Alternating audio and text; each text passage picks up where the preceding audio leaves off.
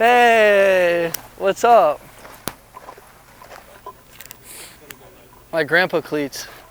I have those shoes without the cleats, by far the comfiest shoe ever. I'm telling you though, these are the most comfy shoes. In my locker, they had those and I was like, oh, I got another pair of shoes, and I flipped them over and there were spikes on the bottom. And so I was like, oh, this is sick. Like, it's gonna be the comfiest spike ever, and they are. I mean, they're so comfy, but it's like it's suede. I don't know how the suede's gonna be on dirt. Then I'm starting to realize like, these might not be the most stylish for the baseball field. I don't know, I think they're stylish, but everyone kept calling them grandpa shoes. I'm retiring them. After today. Yeah. Oh, I feel fast. And I kept asking everybody because I was like, all right, I should probably try to like get a poll of see like if these are cool or not. You wear Skechers. Well, yeah, actually, what do you think of these? And everybody said they were cool, and then Doss was like, this is the last day they're coming out. They are? I've been waiting for someone to tell me they're brutal. Everyone's telling me they're fine and like they're not brutal. I'm like, they just were comfy, so I threw them on. That's the worst shoes I've ever seen. The dads. I don't know, I think I'm still gonna wear them during the season, so.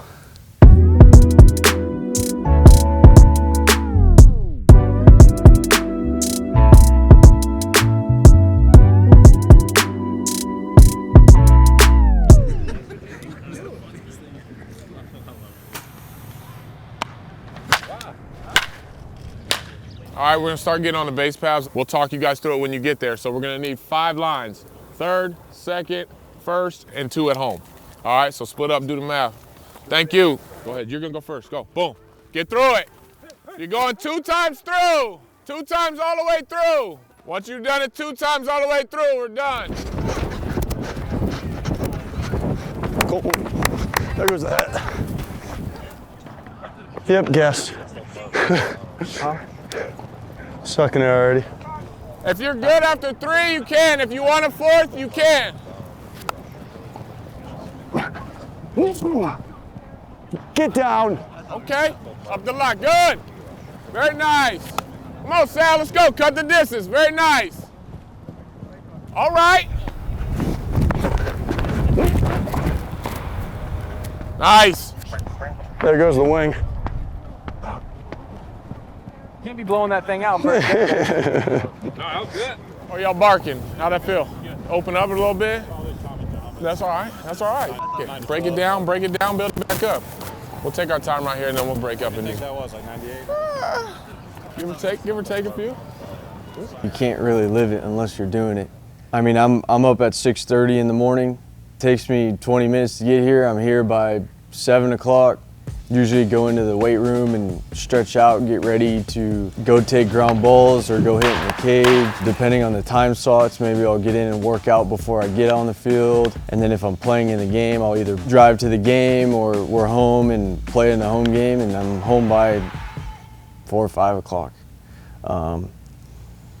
Definitely long days, but it is what it is. I love doing it, so it doesn't matter how long the days are. I think some guys view it as a grind just because it's getting back into the formality of having a structure, and you know, it's not just in the off season you get up, you know, when you want, you work out when you want. It's kind of just needing to be in a place at a time. I mean, obviously that early wake up is tough some days, especially after you had a long day before, but I think the grind just comes that it's every single day and you're just itching to play games and start the season, and you kind of have to take it slow through spring training when you just want to go a million miles an hour. So there's going to be days of being sore and being tired, but you know, by continuing to be relentless and continue to take care of your body and trying to stay strong, it definitely subsides, you know, some of the soreness and, you know, some of the tougher days. So flip to the basket on the backhand. That's perfect. Right, kid? What's that? Not backhand, you want it that way? Backhand, if it's backhand, you're going to catch it like this. Yeah. But if it's on this side, yeah.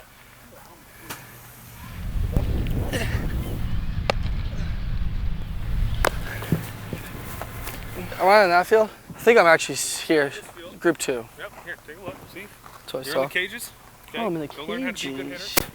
You're done being a good hitter, come try to learn how to be a I will.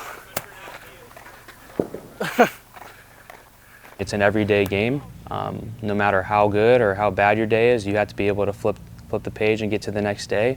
So it's just really understanding yourself and what you need as a player. And when you're able to do that, the everyday grind is not easy, but it's manageable. I keep trying to wipe my face from the sweat, and I keep grabbing the mic.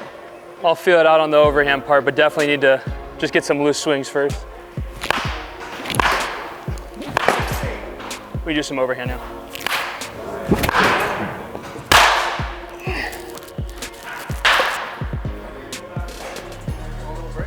Yeah. I think it's so important to have a social life off the baseball field, not just thinking about baseball 24/7. Well, you know, it's hard not to, especially when things are going really good and really bad. If you don't kind of mix in and have a really good circle of family or friends, I think you know, it'll be really hard on you mentally. It's a good getaway when you have good guys like that, you know. What's up? How you doing? Good. What's up, bro? Good to see you. Good off season? Yeah, bro. I was out here. What do you got? Oh, yeah, you got a hot mic right now. Oh, thanks for letting me know. I was gonna. You want to come over, bro? Yeah. Did Joe tell you? Was just saying Yeah, we're gonna play little cards. On Thursday? Thursday. All right. Yeah. All right, I'll see you. See ya.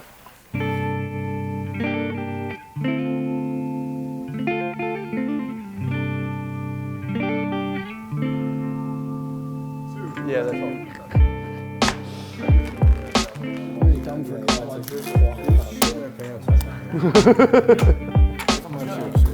Yeah. Take my chip. Wait. Are we just mucking and restarting? Because the blinds are going to get messed up. Yeah. Okay. After I got drafted in 21, I went to low A, and then got called up to high A for the end of the season, and Joey was on that team, and he had been the best player on that team, and I got up there, and he could have, you know, not given me any time of day, and just brushed me off for the last 3 weeks, but I mean, he kind of took me under his wing, especially as another outfielder, and kind of helped me get through that, and I think that's when our friendship kind of blossomed, and the next year we were in AA together, and then we got called up to AAA at the same time, so we've kind of been going through it together, and to have a guy like that by my side is really cool. Dude, that's gas. Those are so much better too. Want some patch, bro? Perfect timing, bro. You're the big one. You want some patch? Oh, you got your nuts? Get some patch, bro. Yeah, I think the friendship with Sal was, you know, it clicked right away. Both two, I don't want to say head personalities, but the personalities clicked right away. Just enjoy being around him. Of what? You know his set is when you have, the third card is on here. You had a pair in your hand. A set's only if you hit your set. A set is when a set is 2 cards. The set is literally 3. I didn't even really play poker until I got to pro ball, and we'd literally come back from practice and we'd be at the hotel in the lobby just sitting doing nothing, and yeah, someone had a poker set and kind of taught the rest of us, and from there we started playing, you know, a couple days a week. So it's something fun we can do, you know, in our downtime, and that doesn't make us just sit around and do nothing.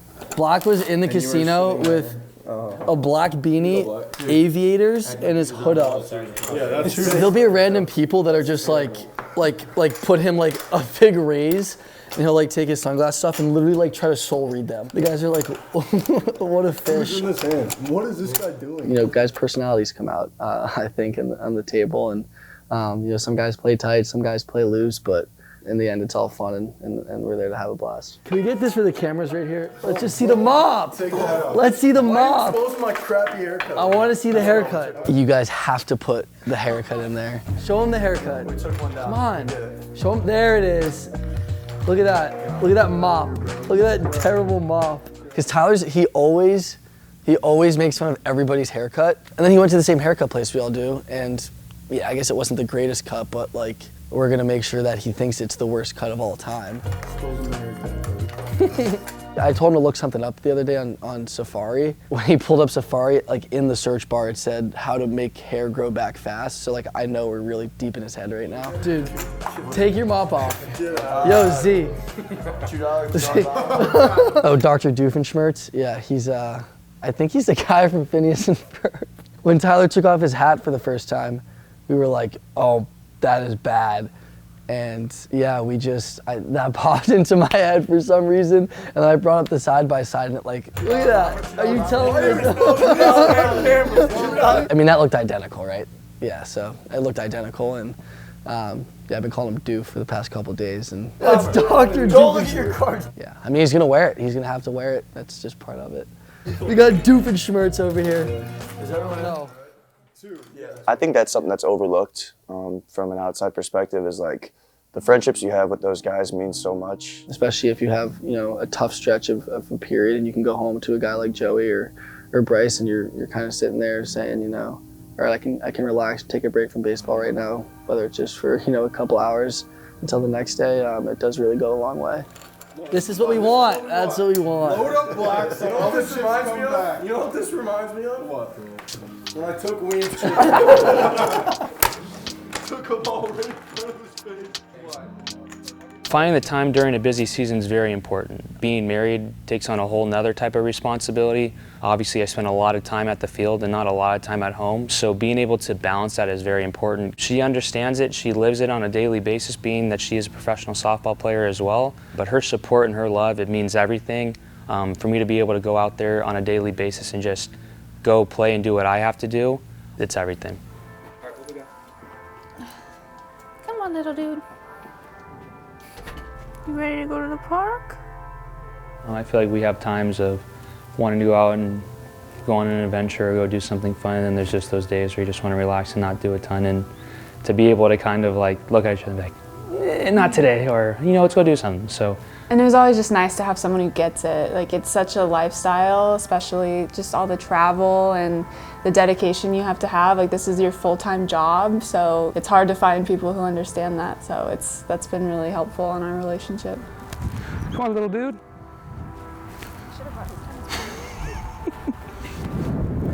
Protect mom and dad at all costs. Who cares if I get kicked in the face? Yeah, I think the funny thing about us is we have so much in common with our lives, but almost nothing in common as people. We're very different people. We always say opposites attract. So we're very different at our core, but we have the same values, same lifestyle. Let him be the star. Aw, nice. Dad, come here, bud. She has all the things that I'm looking for in a woman, and more. And just the fact that she understands, the life that I live and, playing baseball and how challenging it is and that it's an everyday thing makes it a lot easier because she loves and supports me through that. And I don't think I've ever had that in my life. I feel like I've had cool people to be around in my life, but no one's really understood the life. And with her, it was just so effortless. I never felt like I had to make an excuse for what was going on. It was like, I need to perfect my craft. I need to continue to work hard. And she continues to push me. Honestly, sometimes when I don't want to do stuff, she's the one pushing me to get up and do it. So to have someone like that who's constantly pushing you is very valuable, in my opinion. Keep going. Tell me more.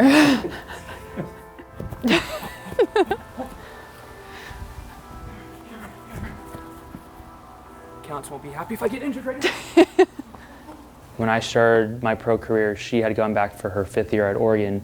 And so there was a time we were gone for pretty much 6 months without, really being with each other. There might have been times, a little bit of time in the middle where we'd see each other for a few moments. Like, obviously being apart, doing our own thing, it came down to being able to hop on FaceTime, even if it was for a short time or for a couple hours, whatever it was.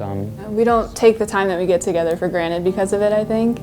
The distance, especially pretty early on in our relationship, was hard, but it just made it so much better when we were together, and I think we have just brought that into our everyday life now that we do get to spend more time together.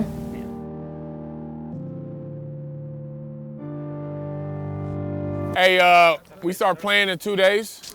Not telling you got to blow it out, but understand we're training, right? So get something out of it. Don't just go through it and waste time. Ain't no point in waste time. We got to get ready to play in 2 days.